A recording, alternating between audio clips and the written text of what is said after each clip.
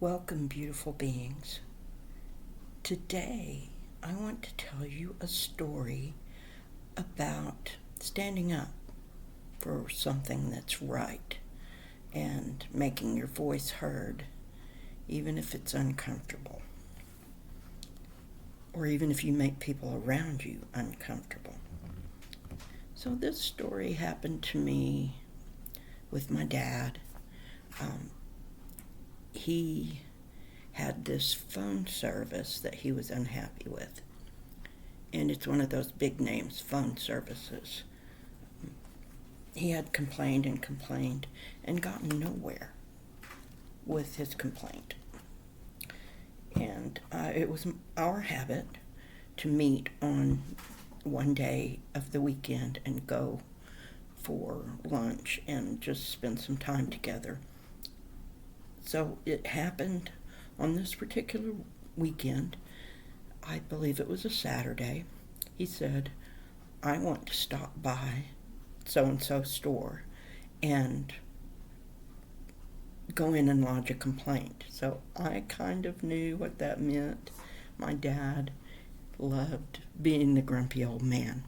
He was very soft spoken to the point of mumbling sometimes, but if he wanted to get his point across, he could project his voice. He could become very loud. Had an enormous grasp of vocabulary, and he could get the point across in no uncertain terms. And he didn't care if he did it in front of a large crowd. The more people that witnessed it, the better. So here I am with him, and we go to this store, and he goes to customer service. And of course, it's a Saturday, and everyone is there. There are customers there. There are clients and new customers, and it's a busy little store. So he waits, or we wait together in line until it's his turn, and he proceeds to quietly tell the person behind the counter what the problem is. And it is a problem that could even involve fraud. So he is talking to the person, and the person's trying to smooth it over, and they are don't really know what to do, so they call in the manager. And so my dad proceeds to explain the problem again to the manager, and the manager sort of does the same thing and tries to blow him off and offers him things instead of solutions. So my dad starts to progressively get louder and louder and louder, and tells the people behind the counter that he will make sure everybody in the store knows what his problem is and understands that they won't help him. And then he starts pulling out the corporate card, telling them that he has the number to their corporate office, and he does. He shows it to them in his phone, and that he is ready to go to their fraud division and report the problem and see if it gets taken care of on a corporate level.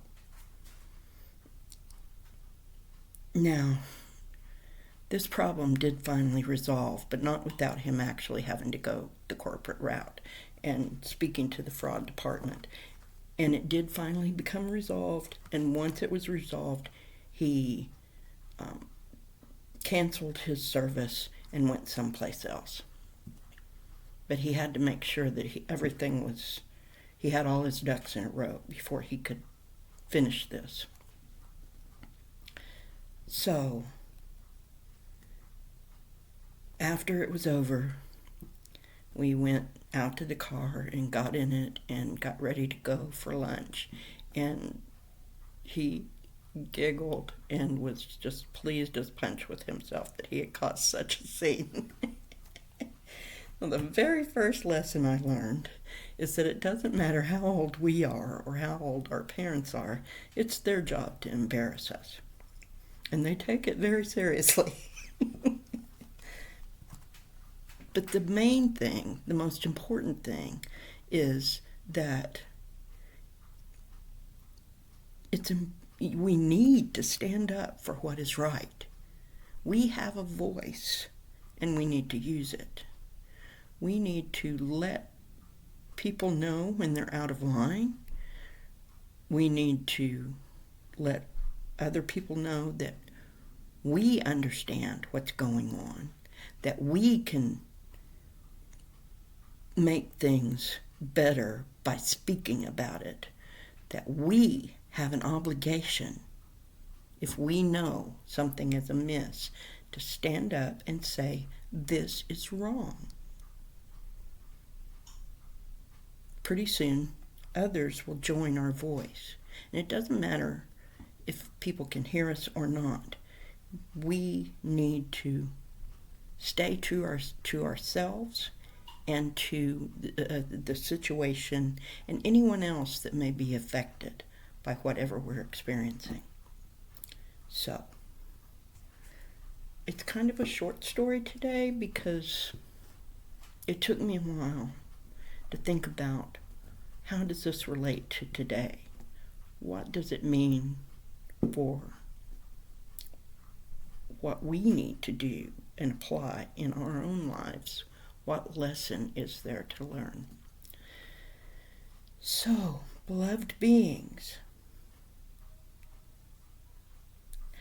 let's go consult the spirit team. Let's see what do they have to say about this important subject, about standing up and using our voice, opening our throat chakra, and letting our truth out, and standing up for those who may not be able to stand up for themselves, to always speak the truth.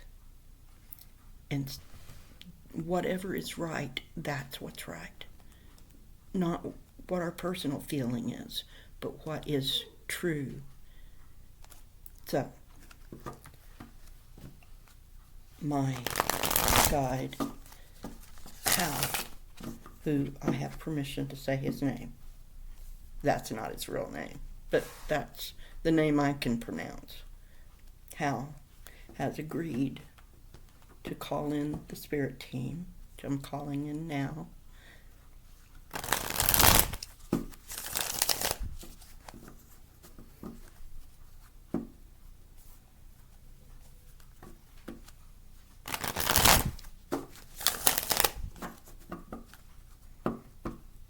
Asking also for access to the Akashic records. To please let us know, what do we need to know about this? How can we go forward and speak our own truth?